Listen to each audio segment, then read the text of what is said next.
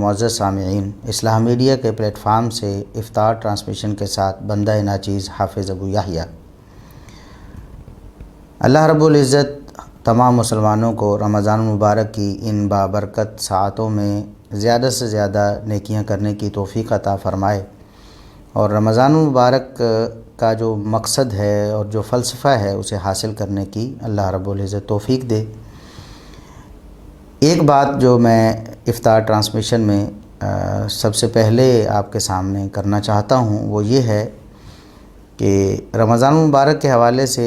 جہاں ہمیں خوشی ہے، جہاں ہمیں ایک فرحت ہے ہر مسلمان کو، ہر مومن کو،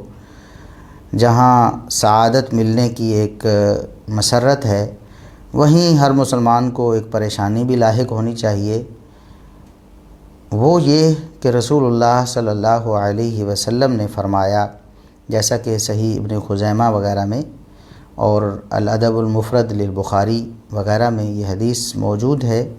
کہ آپ صلی اللہ علیہ وسلم ایک دن ممبر پر چڑھنے لگے تو پہلی سیڑھی پر آپ صلی اللہ علیہ وسلم نے قدم رکھا تو آمین کہا، دوسری سیڑھی پر قدم رکھا تو آمین کہا، تیسری سیڑھی پر قدم رکھا تو آمین کہا۔ صحابہ کرام نے عرض کیا، اللہ کے رسول، پہلے تو آپ ایسا نہیں کرتے تھے، اس کی کیا وجہ ہے؟ تو آپ صلی اللہ علیہ وسلم نے فرمایا کہ اللہ رب العزت کے فرشتے نے دعا کی کہ یا اللہ، جو شخص رمضان المبارک کا مہینہ پالے لیکن اس مہینے کو اس طرح گزار دے کہ پورے مہینے میں اللہ رب العزت سے اپنے گناہوں کی مغفرت اور معافی حاصل نہ کر سکے، تو اللہ رب العزت اسے تباہ و برباد کر دے، اسے ذلیل و رسوا کر دے۔ تو میں نے کہا آمین کہ اے اللہ، تو اس فرشتے کی دعا ضرور قبول فرما لے۔ تو یہ ہمارے لیے ایک پریشانی بھی ہے کہ کہیں خدا نخواستہ اللہ نہ کرے ایسا معاملہ بنے کہ رمضان مبارک گزر جائے ہماری زندگی سے، اس حال میں گزر جائے کہ ہم اپنے گناہوں کی معافی نہ حاصل کر سکیں۔ اللہ رب العزت ہمیں اپنے گناہوں کی معافی ضرور حاصل کرنے کی توفیق عطا فرمائے۔ تو ہم اس رمضان مبارک میں خصوصی طور پر صحابہ کرام رضوان اللہ علیہم اجمعین کے دفاع پر توجہ دیں گے، اور یہ ہمارا وعدہ بھی تھا اپنے سامعین اور ناظرین سے کہ ہم رمضان مبارک میں انشاءاللہ صحابہ کرام رضوان اللہ علیہم اجمعین پر لگائے گئے الزامات کو صاف کریں گے اور صحابہ کرام کے دفاع کا فریضہ سر انجام دیں گے۔ تو سر-دست جو ہمارا ٹاپک تھا، جو ہم نے طے کیا ہوا تھا، وہ تھا مولانا مودودی صاحب کی کتاب خلافت و ملوکیت۔ دیکھیں، اب بہت سارے لوگ وہ ناراض ہوں گے، بہت سے لوگ برہم ہوں گے کہ رمضان مبارک میں آپ نے کیا سلسلہ شروع کر دیا۔ تو دیکھیے، یہ اللہ رب العزت کے قرآن کا مطلوب و مقصود ہے، اور رسول اللہ صلی اللہ علیہ وسلم کے فرامین کا بھی مطلوب و مقصود ہے کہ صحابہ کرام رضوان اللہ علیہم اجمعین کی ہستیوں کا دفاع کیا جائے، اور ان پر جو بھی جھوٹ باندھا گیا ہے، جو بھی بہتان لگایا گیا ہے، اس کو صاف کیا جائے، اس کی صفائی دی جائے۔ دیکھیں، صحابہ کرام رضوان اللہ علیہم اجمعین اللہ رب العزت کے اولیاء تھے، اس میں تو کسی کو کوئی بھی شبہ نہیں۔ اگر صحابہ کرام اولیاء اللہ نہیں تو دنیا میں کوئی ولی نہیں۔ صحابہ کرام سب سے بڑھ کر اللہ رب العزت کے مقرب بندے تھے انبیاء و رسول کے بعد۔ تو اللہ رب العزت فرماتا ہے حدیث قدسی میں، جیسا کہ صحیح البخاری میں ہے، من عادى لي وليا فقد آذنته بالحرب، جس نے میرے کسی ایک ولی سے دشمنی رکھی، اس سے بغض پالا، اس سے نفرت کی، میں اللہ نے اس کے خلاف اعلان جنگ کر دیا۔ یہ رسول اللہ صلی اللہ علیہ وسلم نے اللہ رب العزت کا فرمان امت کو سنایا ہے۔ لہٰذا ان اولیاء اللہ کے خلاف اپنے دل کو میلا کر کے، ان کے بارے میں اپنی زبان کو گندا کر کے، یا ان کے بارے میں اپنے قلم کو بے احتیاط کر کے ایک مسلمان اللہ رب العزت کے غضب کو دعوت دیتا ہے۔ پچھلے دنوں میں آپ نے سوشل میڈیا پہ بھی دیکھا ہوگا، سنا ہوگا کہ ایک اینکر ہیں آفتاب اقبال صاحب، انہوں نے صحابہ کرام کے حوالے سے بہت ہی بدتمیزی والا جملہ سر انجام دیا۔ بعد میں جنہوں نے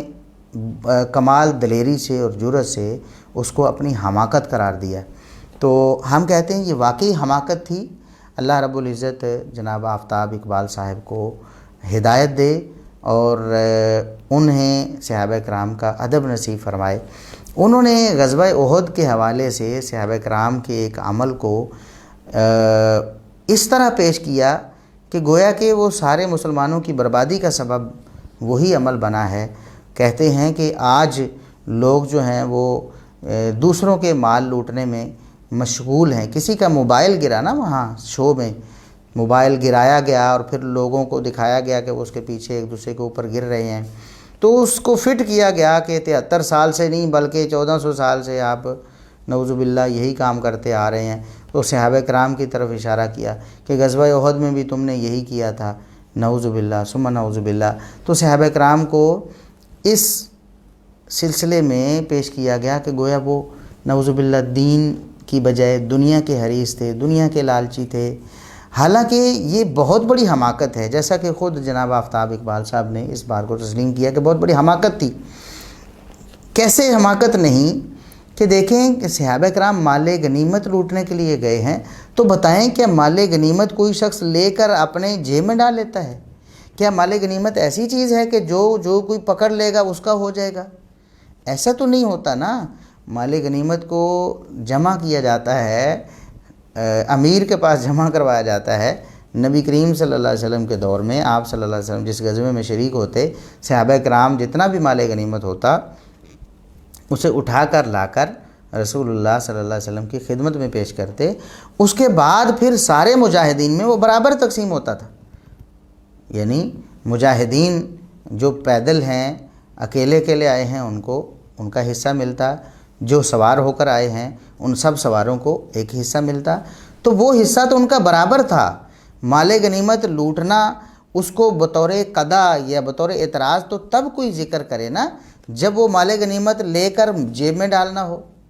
جبکہ وہاں حقیقت بالکل برعکس ہے۔ وہ مال غنیمت بھی دین کی خدمت کے لیے اس کو جمع کر رہے ہیں کہ مال غنیمت کو لے کر جا کر رسول اللہ صلی اللہ علیہ وسلم کے قدموں میں ڈھیر کرنا ہے۔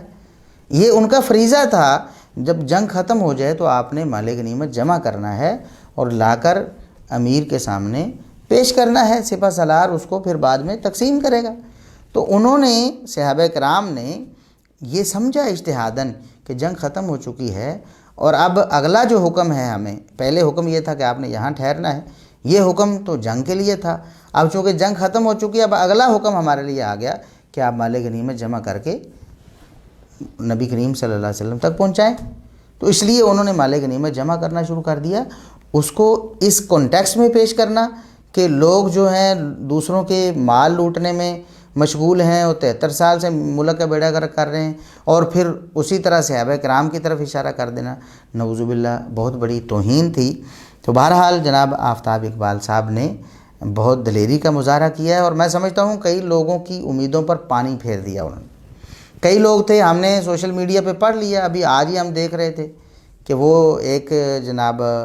امجد صاحب ہیں رافضیہ سے جن کا تعلق ہے، تو انہوں نے بھی کہا کہ ہو بڑا برا ہو گیا جی، ایک مثال فلاں نے آفتاب صاحب نے پیش کر دی تو ان کے لوگ خلاف ہو گئے، اور یہ وہ دیکھیں جناب آفتاب اقبال صاحب خود کہہ رہے ہیں کہ میری حماقت تھی، اور یہ جو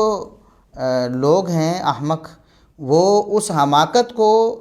سچ ثابت کرنے کی کوشش کر رہے ہیں اور اس کو صحیح ثابت کرنے کی کوشش کر رہے ہیں، اس کا دفاع کر رہے ہیں۔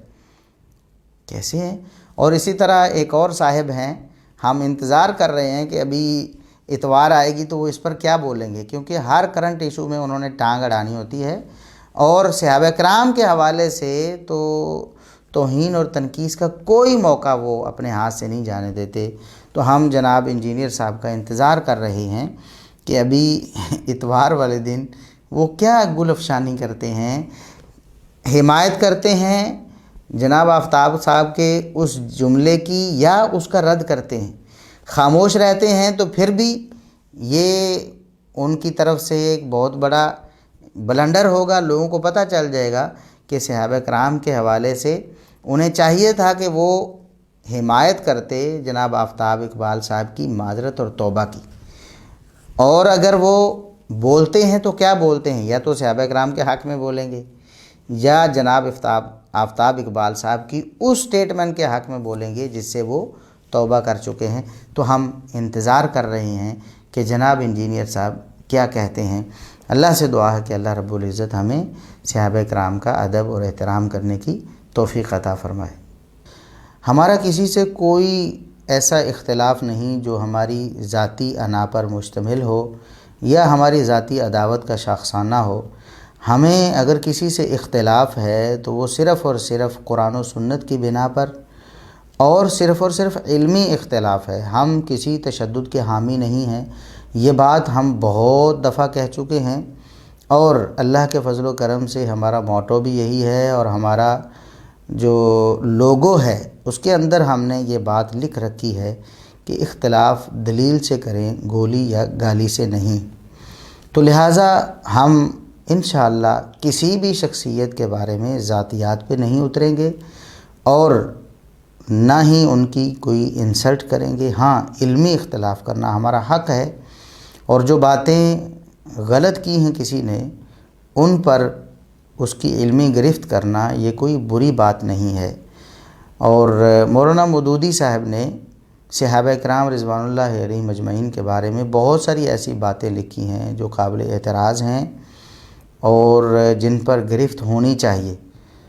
تو وہ سمجھتے تھے کہ صحابہ کرام پر بھی اعتراض کیا جا سکتا ہے، ان کے خلاف بھی بولا جا سکتا ہے، ان کے خلاف بھی لکھا جا سکتا ہے۔ حالانکہ صحابہ کرام رضوان اللہ علیہم اجمعین کا سٹیٹس یہ نہیں کہ 14ویں صدی کا کوئی بندہ کھڑا ہو اور ان کو کٹہرے میں کھڑا کرے اور ان کی عدالت لگائے اور بتائے کہ یہ اس نے ایسے کیوں کیا، اس کو ایسے نہیں کرنا چاہیے تھا، اور پھر اس انداز میں کہ ان کی توہین یا تنقیص کا پہلو نکلے، اور پھر باتیں بھی ایسی جو کہ ان کی طرف جھوٹی منسوب کی گئیں، تاریخ کے کوڑے دان سے جھوٹی روایات نکال کر صحابہ کرام پر فٹ کرنا اور ان سے ان کی ذات کو اور ان کی صفات کو لوگوں کے سامنے بیان کرنا، جو نقشہ وہ جھوٹی روایات پیش کرتی ہوں وہی لوگوں کے ذہنوں میں ڈالنا، یہ ایک بہت بڑا مسئلہ ہے۔ ہم اس میں خاموش نہیں رہ سکتے۔ ہاں، مولانا مودودی صاحب کی ذات کے حوالے سے اگر کوئی نازیبہ بات ہماری زبان سے ادا ہو تو ضرور ہمیں اطلاع دی جائے، ضرور ہماری گرفت کی جائے کہ آپ نے مولانا مودودی صاحب سے زیادتی کی ہے۔ لیکن اگر ہم مولانا مودودی صاحب کی علمی غلطی بیان کریں، وہ تو صحابہ کرام کو مستثنا نہیں سمجھتے، تو کوئی انہیں ماننے والا کیسے مولانا مودودی صاحب کو مستثنا سمجھ لیتا ہے کہ ان پر کوئی بات نہ کی جائے، ان کے موقف کو غلط نہ کہا جائے یا ان کی تحریر کا محاسبہ نہ کیا جائے؟ یہ کیسے ممکن ہے، اور کوئی شخص کیسے یہ سوچ سکتا ہے، اور کیسے اس کی گنجائش نکل سکتی ہے؟ تو ہم شروع کرتے ہیں۔ سب سے پہلے تو جو بنیادی بات ہے جس کو بنیاد بنا کر مولانا مودودی صاحب نے سیدنا عثمان بن عفان رضی اللہ عنہ، سیدنا معاویہ بن ابی سفیان رضی اللہ عنہ، سیدنا عمر بن عاص رضی اللہ عنہ، اسی طرح سیدنا مغیرہ بن شعبہ رضی اللہ عنہ اور دیگر سیدنا ابو موسیٰ اشعری رضی اللہ عنہ اور دیگر صحابہ کرام کو قابل اعتراض ٹھہرایا ہے اور کہا ہے کہ ان پر بجا اعتراض ہوتا ہے۔ تو وہ جو بنیاد ہے وہ ہے خلافت و ملوکیت۔ انہوں نے اپنی کتاب کا نام بھی یہی رکھا کہ خلافت و ملوکیت۔ وہ دراصل بتانا یہ چاہتے ہیں کہ خلافت اور چیز ہے، ملوکیت اور چیز ہے۔ خلافت اچھی چیز ہے اور ملوکیت بری چیز ہے۔ خلافت مطلوب و مقصود ہے اور جو ملوکیت ہے وہ مکروہ و مبغوض ہے، جبکہ حقیقت میں ایسا بالکل نہیں ہے۔ یہ مولانا مودودی صاحب نے یہ ایک امت میں ایک نیا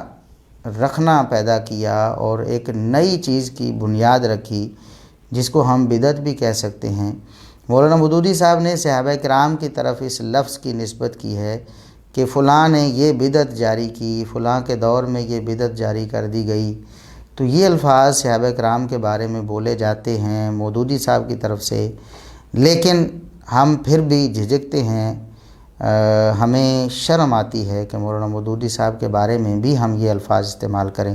کہ مولانا مودودی صاحب نے یہ بدعت جاری کی کہ امت میں خلافت و ملوکیت کو بالمقابل کھڑا کر کے ایک کو اچھا سراپائے خیر اور دوسرے کو سراپائے شر بنا کر پیش کیا، یہ ان کی بہت بڑی علمی خطا ہے، بہت بڑی ٹھوکر اور لغزش ہے۔ اگر وہ قرآن کریم کا مطالعہ کرتے اور نبی کریم صلی اللہ علیہ وسلم کی احادیث کا مطالعہ کرتے تو انہیں یہ بات سمجھ آ جاتی کہ نام میں کچھ بھی نہیں رکھا، نام خلافت کا ہو یا ملوکیت کا، اگر کام اچھا ہے، معاملات اچھے ہیں، کتاب و سنت کے مطابق چلتے ہیں تو خیر ہی خیر ہے، رحمت ہی رحمت ہے۔ اور اگر کام برے ہیں، اگر طریقہ نظام برا ہے، پھر اس کا نام چاہے کچھ بھی رکھا جائے، خلافت ہی رکھ لیا جائے، تو وہ شر ہی شر ہے، وہ بری ہے۔ اور یہ بات قرآن کریم میں بھی مذکور ہے، نبی کریم صلی اللہ علیہ وسلم کی احادیث میں بھی مذکور ہے۔ ہم آپ کے سامنے قرآن کریم کی کچھ آیات پیش کرتے ہیں جن میں بادشاہت کو، ملک کو، ملوکیت کو اچھا کہا گیا ہے اور انبیاء کی طرف اس کی نسبت کی گئی ہے، نیک لوگوں کی طرف اس کی نسبت کی گئی ہے۔ اگر یہ کوئی بری چیز ہوتی فی نفسہ ہی کہ ملوکیت ہوتی ہی بری ہے تو پھر اللہ رب العزت قرآن کریم میں انبیاء کے لیے اس کا استعمال نہ فرماتا، اس کو بطور تعریف ذکر نہ کرتا۔ سب سے پہلے تو ہم سورہ آل عمران کی آیت نمبر 26 وہ آپ کے سامنے پیش کرتے ہیں کہ اللہ رب العزت نے فرمایا قل اللہم مالک الملک تؤتی الملک من تشاء وتنزع الملک ممن تشاء وتعز من تشاء وتذل من تشاء بیدک الخیر انک علی کل شیء قدیر۔ اللہ رب العزت نے یہ دعا سکھائی کہ اے اللہ تو بادشاہت کا مالک ہے، تو مالک الملک ہے، جس کو چاہے تو بادشاہت دے دیتا ہے اور جس سے چاہے تو بادشاہت چھین لیتا ہے، جس کو چاہے تو عزت دیتا ہے، جس کو چاہے تو ذلت سے ہمکنار کر دیتا ہے۔ تیرے ہاتھ میں ساری خیر ہے اور بلا شبہ تو ہر چیز پر قادر ہے۔ یہاں ملک یعنی بادشاہت جس کو ملوکیت کہتے ہیں، مولانا مودودی صاحب، خلافت و ملوکیت، تو اللہ رب العزت فرماتا ہے اللہ ہی ملوکیت اور ملک اور بادشاہت کا مالک ہے۔ اللہ جسے چاہے ملک دیتا ہے، ملوکیت اور بادشاہت دیتا ہے، جسے چاہے چھین لیتا ہے۔ اور اللہ رب العزت نے نبیوں کے لیے اس لفظ کا انتخاب کیا کہ انہیں جو دی گئی وہ بادشاہت تھی، نبیوں کو جو ملی تھی وہ بادشاہت تھی۔ سورہ بقرہ کی آیت نمبر 247 اگر آپ پڑھیں، وَقَالَ لَهُمْ نَبِيُّهُمْ إِنَّ اللَّهَ قَدْ بَعَثَ لَكُمْ طَالُوتَ مَلِكًا، نبیوں نے انہیں کہا، امتوں سے کہا کہ اللہ رب العزت نے تمہارے پاس طالوت علیہ السلام کو بادشاہ بنا کر بھیجا ہے، منتخب کیا ہے کہ وہ تمہارے بادشاہ ہیں۔ انہوں نے آگے سے کہا کہ اس کو بادشاہت کیسے مل سکتی ہے، ہم اس سے زیادہ بادشاہت کے مستحق ہیں، حقدار ہیں، اس کے پاس تو زیادہ مال بھی نہیں ہے، ہم بڑے بڑے مالدار ہیں۔ تو اللہ رب العزت کے حکم سے نبیوں نے کہا ان اللہ اصطفاہ علیکم وزادہ بسطۃ فی العلم والجسم، اللہ رب العزت نے اسے منتخب فرما لیا ہے اور علم اور جسم میں علم اور جسم میں اللہ رب العزت نے انہیں ایک فضل اور انہیں ایک خصوصیت عطا کی ہے، تم سے زیادہ علم بھی ہے، تم سے مضبوط جسم بھی ہے۔ واللہ یؤتی ملکہ من یشاء، اللہ رب العزت اپنی بادشاہت، اپنی ملک جسے چاہے اللہ رب العزت عطا فرماتا ہے۔ واللہ واسع علیم۔ تو یہ آیت بھی انبیاء کے بارے میں یہ لفظ استعمال کرنا، طالوت علیہ السلام کے بارے میں یہ لفظ استعمال کرنا، اس کو یہ جائز قرار دیتی ہے، مستحسن قرار دیتی ہے۔ اگر یہ بادشاہت یا ملک، ملوکیت بری چیز ہوتی، اللہ رب العزت اپنے نبیوں کی طرف تو قطعاً اس کا انتساب نہ کرتا۔ اسی طرح اگلی آیت 248 نمبر میں اللہ رب العزت نے فرمایا وَقَالَ لَهُمْ نَبِيُّهُمْ إِنَّ آیَةَ مُلْكِهِ، اس کی بادشاہت کی علامت کیا ہوگی؟ وہ یہ ہوگی ان یأتیکم التابوت، تمہارے پاس ایک تابوت آئے گا۔ تو ملک، بادشاہت، ملوکیت بری چیز نہیں ہے۔ قرآن کریم میں اللہ رب العزت اسے بطور اعزاز ذکر کرتا ہے، واللہ یؤتی ملکہ من یشاء۔ اللہ اپنا یہ ملک جو ہے، اپنی ملوکیت، یہ شرف جسے چاہتا ہے اسے عطا فرما دیتا ہے۔ اور اسی طرح اللہ رب العزت نے سورۃ البقرہ کی آیت نمبر 251 میں یہ ارشاد فرمایا، فَهَزَمُوهُمْ بِإِذْنِ اللَّهِ وَقَتَلَ دَاوُودُ جَالُوتَ وَآتَاهُ اللَّهُ الْمُلْكَ وَالْحِكْمَةَ وَعَلَّمَهُ مِمَّا يَشَاءُ، کہ اللہ رب العزت نے انہیں ملک اور حکمت عطا فرمائی، اور اللہ رب العزت نے انہیں جو چاہا انہیں سکھایا۔ تو ملک اللہ رب العزت نے عطا فرمائی، ملوکیت اللہ رب العزت کی عطا ہے۔ یہ سورہ بقرہ ہے۔ سورہ یوسف کو اگر ہم پڑھیں تو آیت نمبر 101 میں، 101 نمبر آیت میں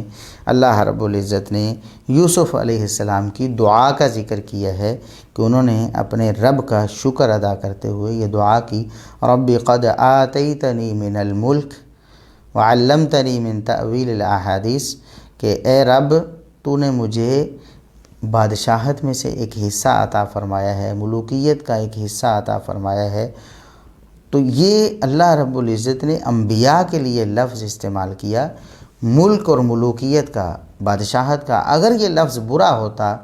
قطعاً اللہ رب العزت اس برے لفظ کو، اگر یہ برا ہوتا تو انبیاء کے لیے اور اپنے نیک بندوں کے لیے کبھی بطور اعزاز استعمال نہ فرماتا۔ اللہ رب العزت نے اس کو بطور اعزاز استعمال فرمایا ہے اپنے نبیوں کے لیے اور اپنے نیک بندوں کے لیے۔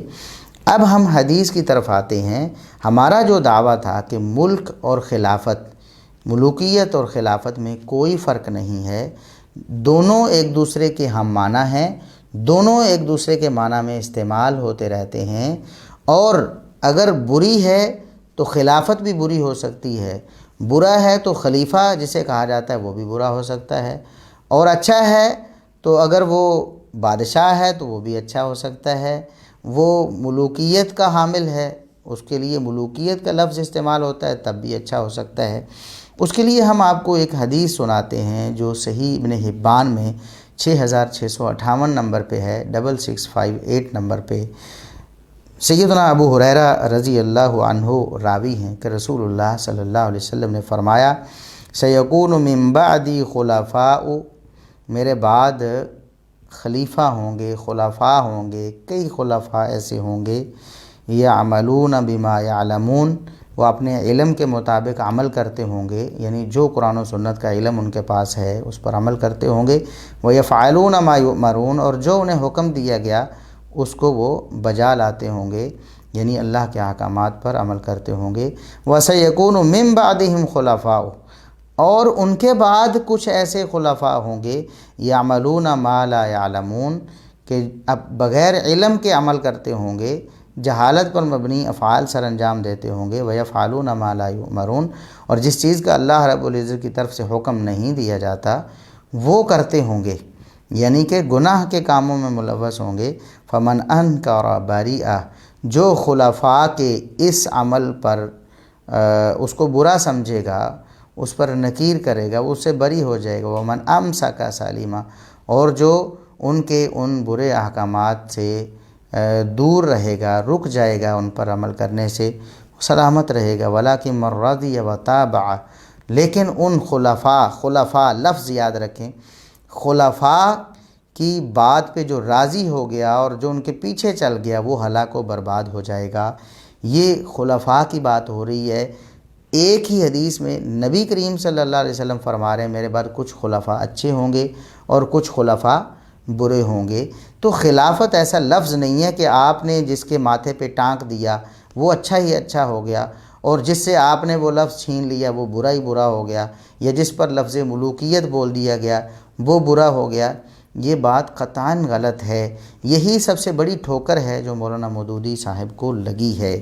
یہ حدیث صحیح ابن حبان میں ہے، لیکن اس حدیث میں امام زہری رحمۃ اللہ علیہ سماع کی تصریح نہیں کر رہے ہیں۔ انہوں نے سماع کی تصریح ایک دوسری حدیث میں کی۔ یہی حدیث ہے، سیدنا ابو ہریرہ رضی اللہ عنہ ہی راوی ہیں۔ ایک دوسری سند ہے جو امالی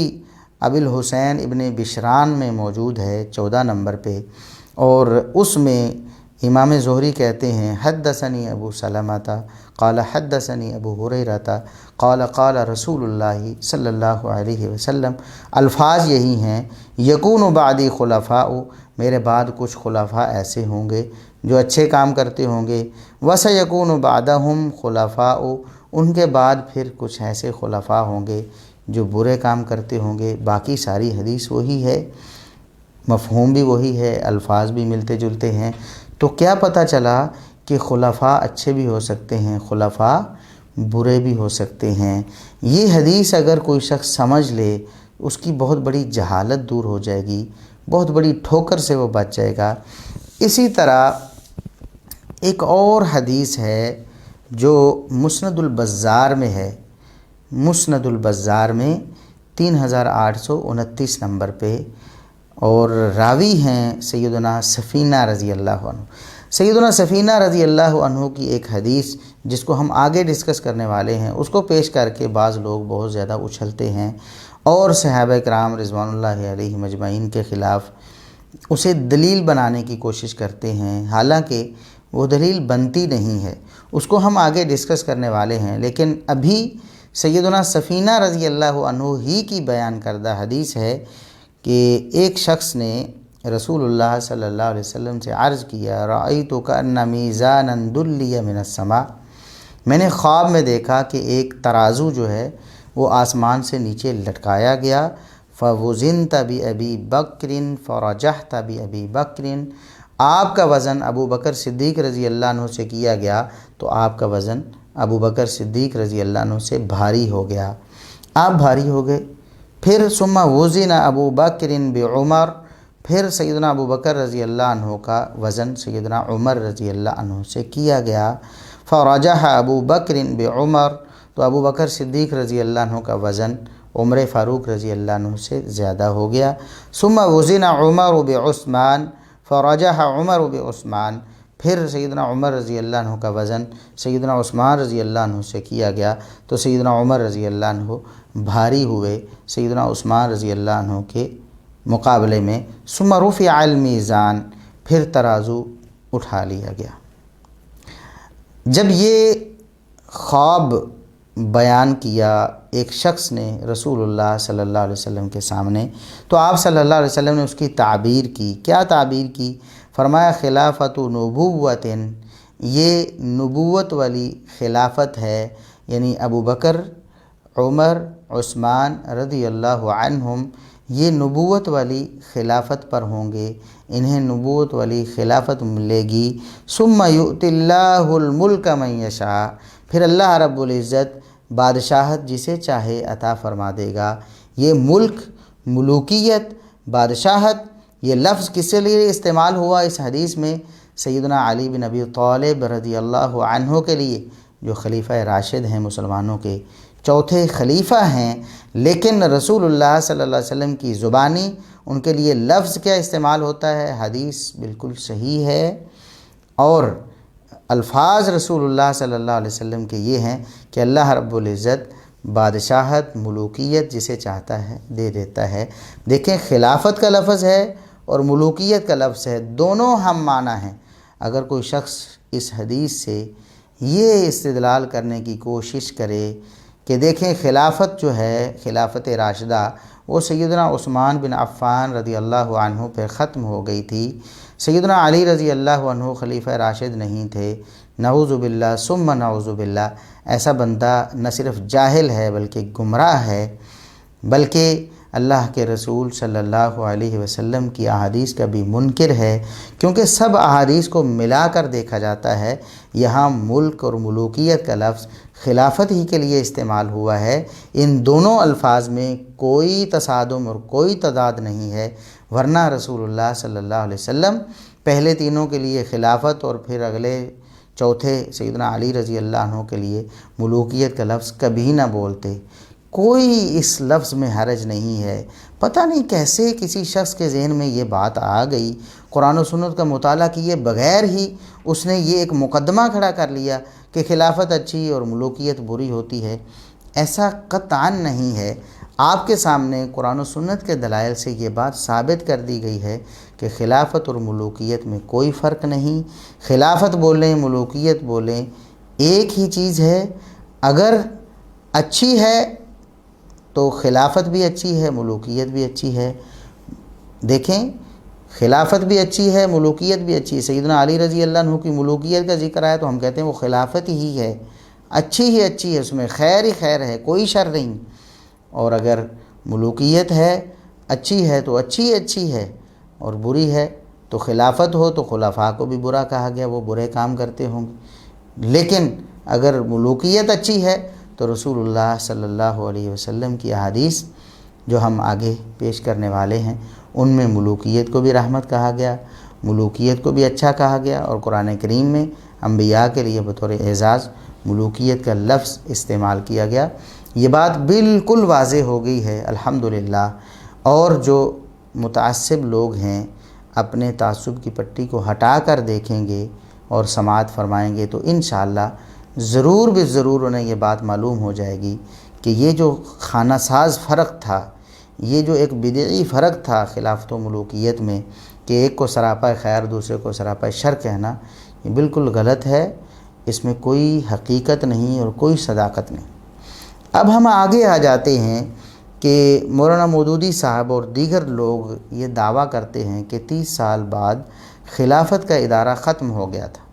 خلافت تو صرف 30 سال تھی، اس کے بعد خلافت ختم ہو گئی، تو یہ دعویٰ بھی بالکل غلط ہے، اور رسول اللہ صلی اللہ علیہ وسلم کی احادیث بلکہ قرآن کریم کی آیات سے بھی یا تو ناواقفیت کا نتیجہ ہے یا پھر انہیں جان بوجھ کر نظر انداز کرنے کا نتیجہ ہے، کیونکہ اللہ رب العزت نے قرآن کریم میں ارشاد فرمایا، سورۃ النور میں آیہ نمبر 55 ہے، 55 نمبر ہے۔ اللہ رب العزت فرماتا ہے وعد اللہ الذین آمنوا منکم وعملوا الصالحات لیستخلفنہم فی الارض کما استخلف الذین من قبلہم۔ اللہ رب العزت فرماتا ہے کہ اللہ نے تم میں سے ایمان والوں کو اور نیک اعمال کرنے والوں کو یہ وعدہ دیا ہے کہ ضرور انہیں زمین میں خلافت عطا کرے گا، جس طرح کہ ان سے پہلے لوگوں کو خلافت عطا کی تھی۔ اب دیکھیں، یا تو یہ دعویٰ کر لیا جائے کہ 30 سال بعد ایمان اور عمل صالح ختم ہو گیا تھا دنیا سے، کوئی بھی مومن اور صالح شخص دنیا میں نہیں رہا تھا، پھر تو یہ دعویٰ کیا جا سکتا ہے کہ 30 سال بعد خلافت سرے سے ختم ہی ہو گئی تھی،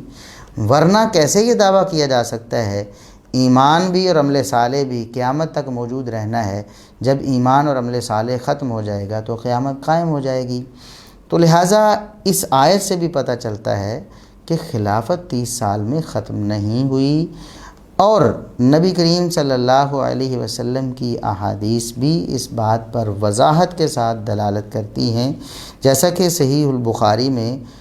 3455 نمبر 3455 نمبر حدیث ہے۔ سیدنا ابو ہریرہ رضی اللہ عنہ بیان کرتے ہیں کہ رسول اللہ صلی اللہ علیہ وسلم نے فرمایا کانت بنو اسرائیل تسوسہم الانبیاء، بنی اسرائیل کی سیاست جو ہے وہ انبیاء کے ہاتھ میں تھی، یعنی ان کا اقتدار انبیاء کے ہاتھ میں تھا۔ کلما ہلک نبی خلفہ نبی، جب ہی کوئی نبی دنیا سے جاتا دوسرا نبی اس کے پیچھے اللہ رب العزت کی طرف سے آ جاتا تھا، اور وَإِنَّهُ لَا نَبِيَّ بَعْدِي، لیکن میرے بعد کوئی نبی نہیں۔ اچھا، پہلے نبیوں کے بعد نبی آ جاتے تھے، میرے بعد کوئی نبی نہیں، تو پھر میرے بعد کون آئے گا؟ وَسَيَكُونُ خُلَفَاء، میرے بعد خلفاء ہوں گے، فَيَكْثُرُونَ، اور بہت زیادہ ہوں گے،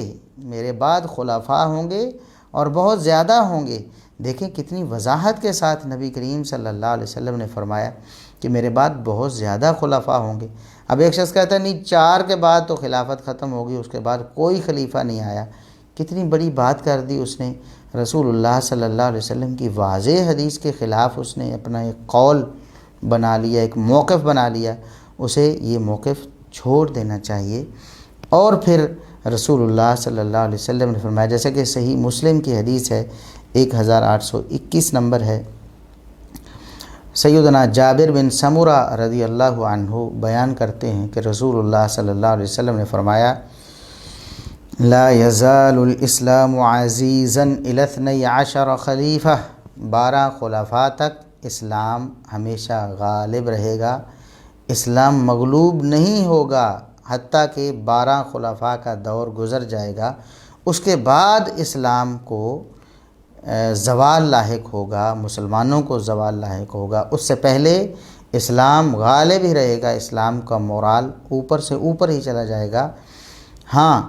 12 خلفاء کے بعد پھر اسلام تھوڑا مغلوب ہونا شروع ہوگا، مسلمانوں میں سستی اور کوتاہی پہلے کی نسبت زیادہ آنی شروع ہو جائے گی۔ اب یہ رسول اللہ صلی اللہ علیہ وسلم کا فرمان صحیح مسلم میں ہے۔ آپ صلی اللہ علیہ وسلم نے ساتھ میں یہ بھی فرمایا کلہم من قریش، سارے کے سارے یہ خلفاء جو ہیں، یہ جو 12 خلفاء ہیں جن کے دور میں اسلام غالب رہنا ہے، یہ 12 کے 12 قریش میں سے ہیں، یہ قریشی ہوں گے، قریش کے علاوہ خلیفہ نہیں ہوگا، خلافت قریش میں ہوگی۔ اب جو 30 سال کی رٹ لگاتے ہیں کہ 30 سال بعد خلافت ختم ہو گئی، وہ دلیل بناتے ہیں سیدنا سفینہ رضی اللہ عنہ کی ایک حدیث کو جو کہ جامع ترمذی وغیرہ میں ہے، جس میں الفاظ یہ ہیں کہ الخلافۃ بعدی 30 سنہ، کہ میرے بعد خلافت 30 سال ہوگی۔ حالانکہ اس حدیث میں آپ صلی اللہ علیہ وسلم نے یہ نہیں فرمایا کہ 30 سال بعد خلافت سرے سے ختم ہو جائے گی یا خلافت کا ادارہ ہی ختم ہو جائے گا۔ آپ صلی اللہ علیہ وسلم نے خلافت کا ایک دور بیان کیا ہے، کیونکہ حدیث کو سمجھنے کے لیے دیگر سارا ذخیرہ حدیث سامنے رکھنا ہوتا ہے، آیت کو سمجھنے کے لیے دیگر آیات سامنے رکھنا ہوتی ہیں، ورنہ انسان گمراہی میں پڑ جاتا ہے۔ یہ بھی رسول اللہ صلی اللہ علیہ وسلم کا فرمان ہے، اور جو فرامین میں نے سنائے ہیں، جو قرآن کی آیت میں نے بھی سنائی ہے، وہ بھی برحق ہے، وہ بھی اللہ کی وحی ہے، کسی میں بھی شبہ نہیں ہو سکتا۔ اگرچہ یہ جو جامع ترمذی والی روایت ہے جس میں 30 سال خلافت کا ذکر ہے، بعض اہل علم نے اس پر کلام کیا ہے، لیکن راجح بات یہ ہے، ہم نے جس بات کو تحقیق کے بعد ثابت کیا ہے اور جس پر ہم نے الحمدللہ مفصل مضمون بھی لکھا ہے، وہ یہ ہے کہ خلافت 30 سال بعد والی روایت جو ہے وہ سندن کم از کم حسن ہے، اور اس کا مطلب غلط لیا جاتا ہے۔ ہم اس کا صحیح مطلب آپ کو قرآن و سنت کی روشنی میں بتا رہے ہیں کہ اس کا مطلب یہ ہے کہ خلافت کا پہلا دور جو ہے وہ 30 سال ہوگا۔ اگر اس سے یہ مراد لیا جائے کہ خلافت سرے سے ختم ہو جائے گی، تو پھر آپ صلی اللہ علیہ وسلم خود ہی تو فرما رہے ہیں کہ 12 خلفاء کے دور میں تو اسلام غالب رہے گا، اور اسی طرح آپ صلی اللہ علیہ وسلم ہی تو فرما رہے ہیں کہ میرے بعد بہت زیادہ خلفاء ہوں گے۔ اگر خلافت ختم ہو جانی تھی 30 سال بعد، تو پھر آپ صلی اللہ علیہ وسلم کے ان فرامین کا کیا مطلب ہوگا، آخر ان سے کیا سمجھا جائے گا؟ اس لیے ہم دعوت فکر دیتے ہیں اپنے بھائیوں کو جو بھٹکے ہوئے ہیں اور اس حوالے سے راہ حق سے ہٹ گئے ہیں، منحرف ہو گئے ہیں، کہ وہ واپس آ جائیں، قرآن و سنت کی نصوص کی روشنی میں اپنا عقیدہ اور منہج بنائیں، اسی میں خیر ہے۔ ورنہ گمراہی انسان کو آہستہ آہستہ اور زیادہ گمراہی کی طرف لے کے جاتی ہے۔ ایک گمراہی پہ انسان چلا جاتا ہے تو وہاں ثابت قدم نہیں رہتا، بلکہ اگلی گمراہی میں، پھر اگلی گمراہی میں واقع ہوتا چلا جاتا ہے۔ تو لہٰذا یہ جو کہتے ہیں کہ خلافت 30 سال بعد ختم ہو گئی اور سیدنا معاویہ رضی اللہ عنہ کا دور جو ہے وہ خلافت سے باہر کر دیتے ہیں، تو یہ نبی کریم صلی اللہ علیہ وسلم کے فرامین کے ہی خلاف ہے۔ اگر آج کوئی شخص کہہ دیتا ہے کہ خلافت کے لیے کوشش کرنی چاہیے، کیوں کرنی چاہیے بھی؟ 30 سال بعد تو خلافت ختم ہو گئی ہے، تو کس خلافت کے لیے کوشش کرنی ہے؟ خلافت تو ختم ہو گئی۔ اب سیدنا معاویہ کے رضی اللہ عنہ کے لیے تو ختم کر دیتے ہیں خلافت، کہ 30 سال بعد خلافت ختم ہو گئی، اپنے لیے کہتے ہیں ہم خلافت کے لیے جد و جہد کر رہے ہیں۔ اور ابھی یہ کل کی بات ہے خلافت عثمانیہ آپ کی، تو وہ خلافت، اس کو بھی تو آپ خلافت کہتے ہیں، کون سی خلافت تھی بھائی؟ اگر خلافت 30 سال بعد ختم ہو گئی تو پھر اسی طرح سیدنا امام عمر بن عبدالعزیز رحمہ اللہ تعالیٰ کو بھی یہ ہمارے جو بھائی ہیں، جو لوگ ہیں، جو سیدنا معاویہ رضی اللہ عنہ کو خلیفہ راشد نہیں مانتے، وہ سیدنا عمر بن عبدالعزیز رحمہ اللہ تعالیٰ ان کو خلیفہ راشد مانتے ہیں بلکہ ان کو خلیفہ لکھتے ہیں۔ مولانا مودودی صاحب نے بھی لکھا ہے، انہوں نے لکھا کہ بنو امیہ کی حکومت کے پورے 92 سالہ دور میں حضرت عمر بن عبدالعزیز کی خلافت کے 2.5 سال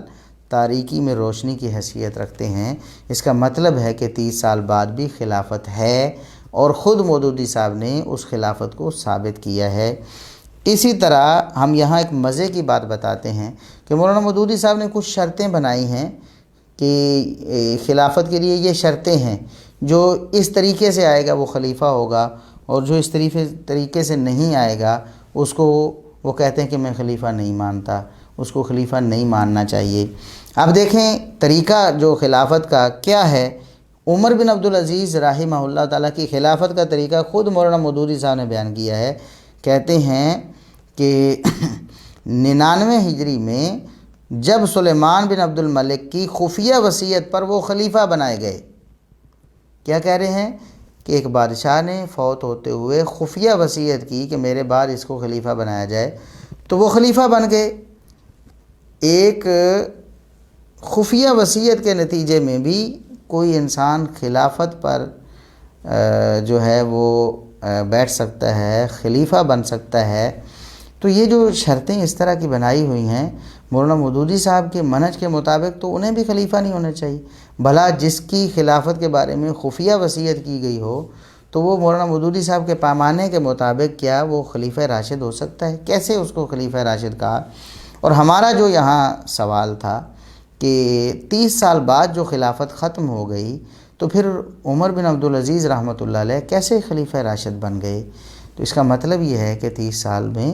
خلافت ختم نہیں ہوئی بلکہ خلافت کا پہلا دور ختم ہوا ہے، جیسا کہ رسول اللہ صلی اللہ علیہ وسلم نے اشارہ فرمایا۔ مسند البزار کی حدیث جو 3829 نمبر میں نے آپ کو سنائی ہے کہ آپ صلی اللہ علیہ وسلم نے سیدنا علی رضی اللہ عنہ کی خلافت کو بھی ملوکیت قرار دیا، حالانکہ آپ رضی اللہ عنہ خلیفہ ہی تھے، سارے مسلمانوں کے نزدیک بالاتفاق خلیفہ راشد تھے۔ پھر آپ صلی اللہ علیہ وسلم نے ان کو ملک کہا اور ان کی ملوکیت کی طرف بات کی کہ ثم یؤتی اللہ الملک من یشاء۔ تو اس سے بات بڑی واضح ہو جاتی ہے کہ خلافت کا پہلا دور اور پھر خلافت کا دوسرا دور، اس کو ملوکیت کہہ لیں تب بھی خلافت ہی ہے۔ علماء نے کتابیں لکھی ہیں، تاریخ الخلفاء علامہ سیوطی رحمۃ اللہ علیہ نے لکھی ہے، تو دیکھیں اس میں کیا انہوں نے صرف 4 کو ذکر کر کے یا 5 کو ذکر کر کے بات ختم کر دی۔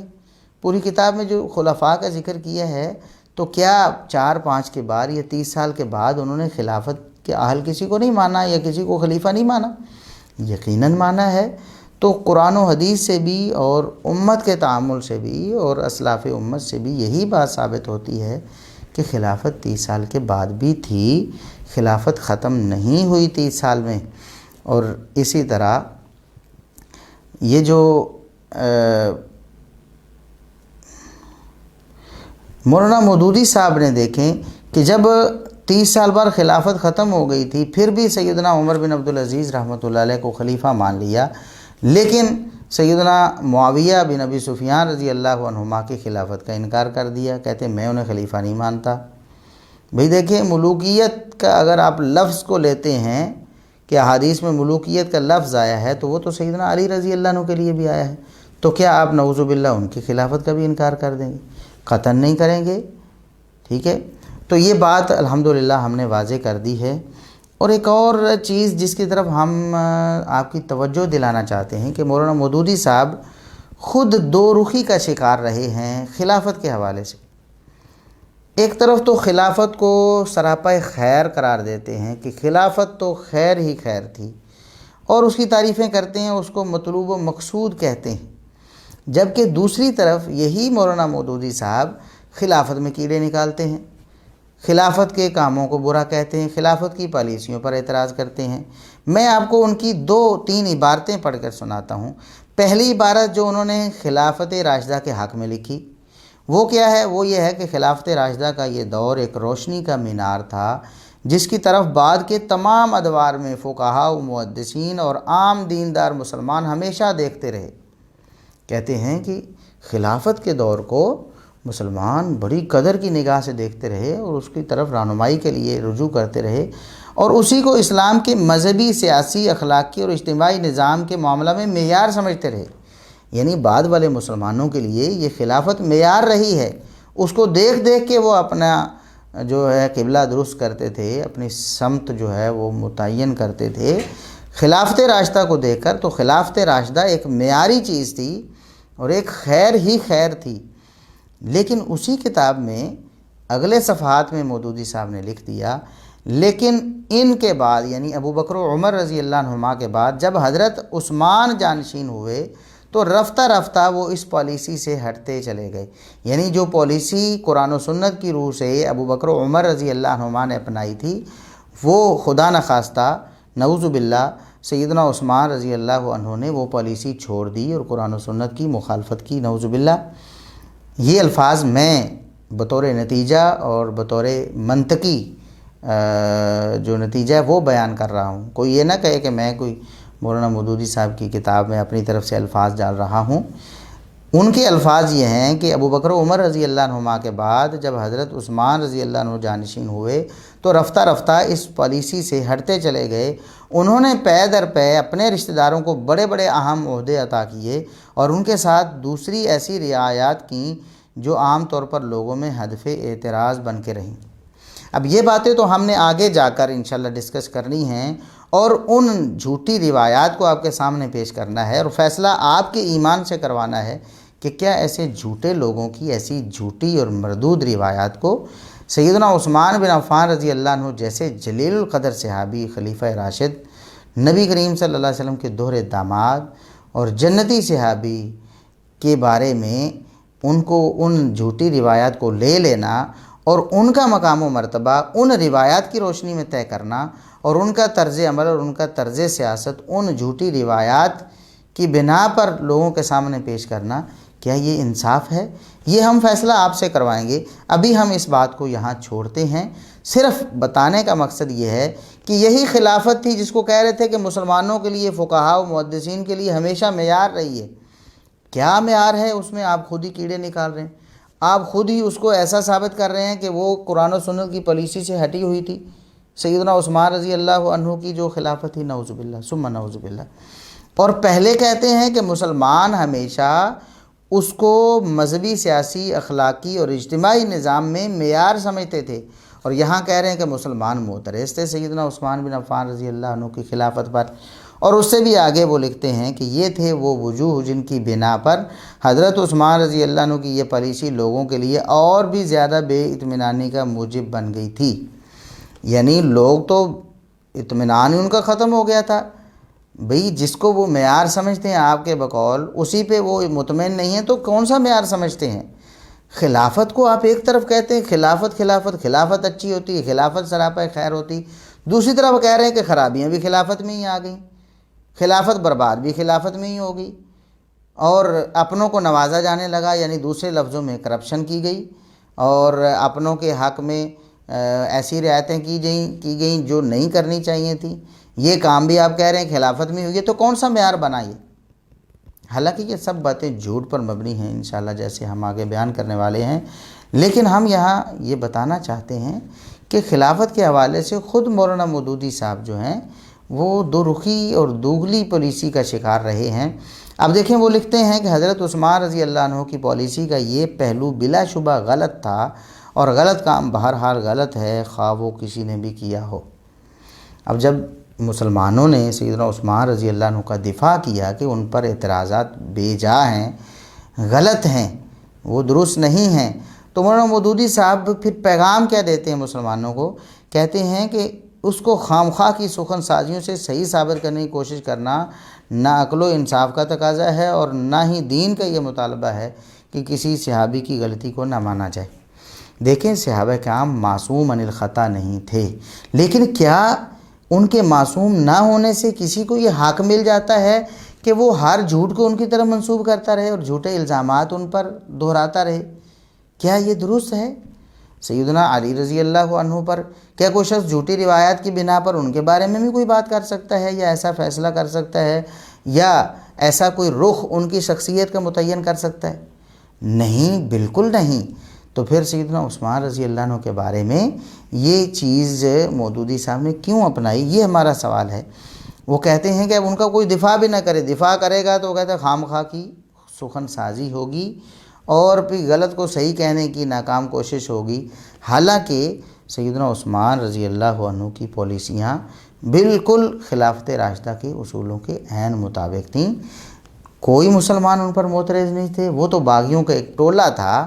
جن کا کام ہی انتشار پیدا کرنا تھا، اور انہوں نے اپنا وہ کام سر انجام دیا، جس کی پاداش میں سیدنا عثمان بن عفان رضی اللہ عنہ شہید ہو گئے۔ اور اس حوالے سے ہم پورا ایک لیکچر دے چکے ہیں شہادت عثمان رضی اللہ عنہ پر، کہ نبی کریم صلی اللہ علیہ وسلم کی بشارتیں کیسے کیسے سیدنا عثمان رضی اللہ عنہ کی شہادت کے حوالے سے پوری ہوئیں۔ ان کی شہادت کو بطور اعزاز ذکر کیا گیا، اور ان کی شہادت کو ان لوگوں کا قصور قرار دیا گیا جن لوگوں نے یہ بدبختی کی تھی۔ سیدنا عثمان رضی اللہ عنہ کو قصور قرار نہیں دیا گیا، جبکہ مولانا مودودی صاحب اور ان کے جو ماننے والے اسحاق جھالوی فیصل آبادی صاحب اور اسی طرح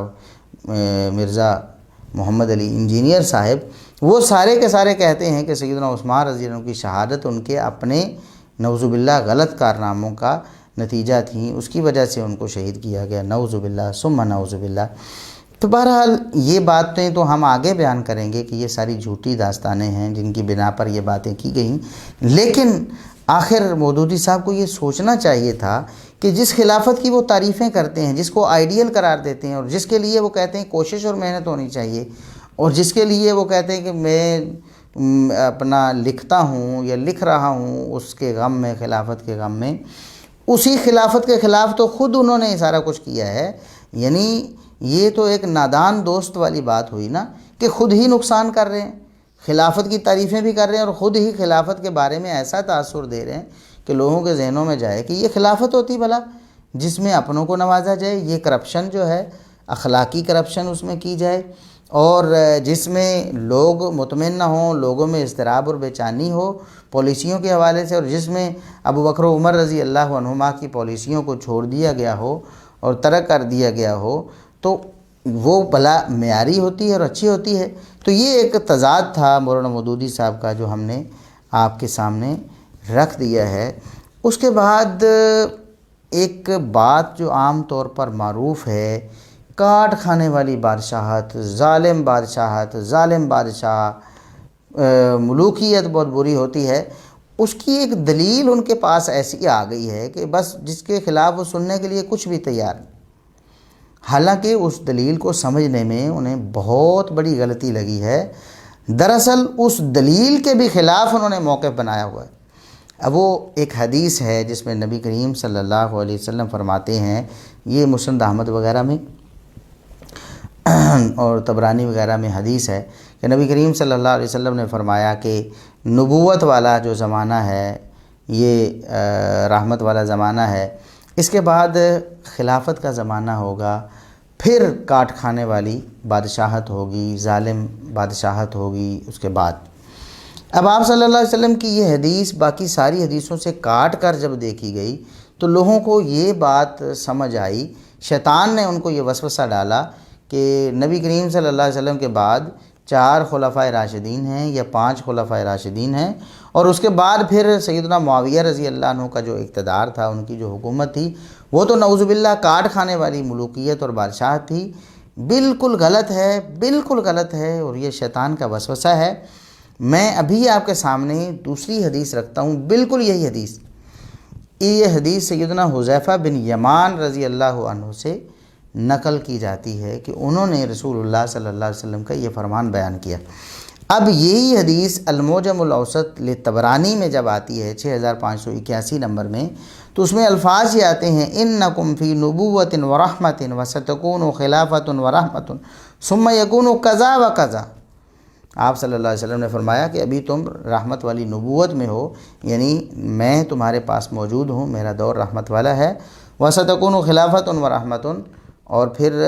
عنقریب یہ معاملہ، یہ حکومت جو ہے رحمت والی خلافت میں چلی جائے گی، ثم یکون کذا و کذا، پھر ایسا ایسا ایسا ہوگا، ثم یکون ملکا عزوزا، پھر اس ایسے دور کے بعد کاٹ کھانے والی بادشاہت ہوگی۔ یہ کتنی واضح حدیث ہے، آپ صلی اللہ علیہ وسلم کا فرمان، سند اس کی بھی صحیح ہے۔ آپ صلی اللہ علیہ وسلم نے فرمایا کہ رحمت والی نبوت کے بعد رحمت والی خلافت ہے، پھر ایسا ہونے والا ہے، ایک دور آپ صلی اللہ علیہ وسلم نے بیان فرمایا کہ گزرے گا، ثم یکون ملکا عزوزا، پھر اس کے بعد کہیں جا کر کاٹ کھانے والی بادشاہت ہوگی۔ اور اس کی مزید تفصیل المعجم الکبیر للطبرانی میں 11138 11138 نمبر حدیث میں سیدنا عبداللہ ابن عباس رضی اللہ عنہما راوی ہیں، وہ بیان کرتے ہیں کہ رسول اللہ صلی اللہ علیہ وسلم نے فرمایا کہ ابھی جو زمانہ ہے نبوت رحمت والی ہے، ثم یکون خلافتا و رحمتا، پھر اس کے بعد رحمت والی خلافت ہوگی، ثم یکون ملکا و رحمتا، رحمت والی خلافت کے بعد رحمت والی ملوکیت، رحمت والی بادشاہت ہوگی، ثم یکون امارتا و رحمتا، پھر اس کے بعد رحمت والی امارت ہوگی، ثم یکون ملکا عزوزا، پھر اس کے بعد کاٹ کھانے والی اور ظالم بادشاہت ہوگی۔ کتنی واضح بات ہے کہ رسول اللہ صلی اللہ علیہ وسلم خود بتا رہے ہیں کہ رحمت والی نبوت کے بعد رحمت والی خلافت کے بعد رحمت والی ملوکیت ہوگی، رحمت والی امارت ہوگی، لیکن مولانا مودودی صاحب ماننے کے لیے تیار ہی نہیں۔ وہ کہتے ہیں 30 سال بعد خلافت تو ختم ہو گئی تھی، بس فوراً ظالم بادشاہت شروع ہو گئی، جبکہ رسول اللہ صلی اللہ علیہ وسلم نے جو ترتیب بیان فرمائی ہے وہ یہ ہے کہ رحمت والی نبوت، پھر رحمت والی خلافت، پھر رحمت والی بادشاہت، پھر رحمت والی امارت، پھر ظلم والی بادشاہت۔ تو سیدنا معاویہ رضی اللہ عنہ کا جو دور ہے، اس کو کہنا کہ خلافت کو ملوکیت سے بدل دیا گیا اور نظام حکومت برباد ہو گیا، ختم ہو گیا، برا ہو گیا، قرآن و سنت کے اصولوں کو پس پش ڈال دیا گیا، ظلم و جور کی بادشاہت آ گئی، عدل و انصاف کا خاتمہ ہو گیا، نعوذ باللہ ثم نعوذ باللہ، ان ساری باتوں کا ہم آگے انشاءاللہ پوری تفصیل سے جائزہ لینے والے ہیں۔ لیکن یہ ساری باتیں جھوٹے پروپیگنڈے پہ مبنی ہیں۔ قطعاً رسول اللہ صلی اللہ علیہ وسلم نے سیدنا معاویہ رضی اللہ عنہ کے دور کو ظلم والا قرار نہیں دیا۔ واضح باتیں سن کر بھی اگر کوئی شخص اتنے دلائل دیکھ کر بھی نہیں مانتا ہے تو ہم اللہ سے اس کے لیے دعا ہی کر سکتے ہیں۔ اور جاتے جاتے ہم آج کی افطار ٹرانسمیشن کو ختم کرتے کرتے آپ سے یہ گزارش کریں گے کہ اگر آپ ہمیں فیس بک پہ سن رہے ہیں لائیو تو ہمارا فیس بک پیج ضرور لائک کریں، اور اگر آپ ہماری اس بات کو یوٹیوب پہ سن رہے ہیں تو آپ ہمارے یوٹیوب چینل کو ضرور سبسکرائب کریں، ہمارے چینل کی ویڈیوز کو لائک کریں، شیئر کریں، لوگوں تک پہنچائیں۔ انشاءاللہ ایک شخص بھی آپ کی محنت کی وجہ سے راہ حق پر آ گیا تو آپ کے لیے بہت بڑی خیر ہے، بہت بڑی کامیابی ہے۔ تو خود بھی ہمارے فیس بک پیج کو لائک کریں اور اسے شیئر کریں دوسروں تک، اور خود بھی ہمارے یوٹیوب چینلز کو سبسکرائب کریں اور انہیں لائک کریں اور انہیں آگے شیئر کریں، تاکہ قرآن و سنت کا یہ جو پیغام، حق کا یہ جو پیغام، صحابہ کرام کی ناموس کا یہ جو پیغام ہے زیادہ سے زیادہ لوگوں تک پہنچے۔ آج ہم اسی پہ اکتفا کرتے ہیں، چونکہ افطار ٹرانسمیشن میں ٹائم لیمیٹڈ ہوتا ہے، افطاری کا وقت آگے قریب ہونے والا ہوتا ہے، اس لیے ہم اسے مختصر رکھنے کی کوشش کیا کریں گے۔ آپ ہمارے ساتھ آئے ہیں تو اللہ رب العزت آپ کو جزائے خیر عطا فرمائے، اور ہم نے جو کوشش اور محنت اس حوالے سے کی ہے اللہ رب العزت اسے قبول فرمائے۔ انشاءاللہ آپ ملتے ہیں اگلی افطار ٹرانسمیشن میں۔ اپنے میزبان حافظ ابو یحییٰ نور پوری کو اجازت دیجیے۔ اللہ حافظ۔ السلام علیکم ورحمۃ اللہ وبرکاتہ۔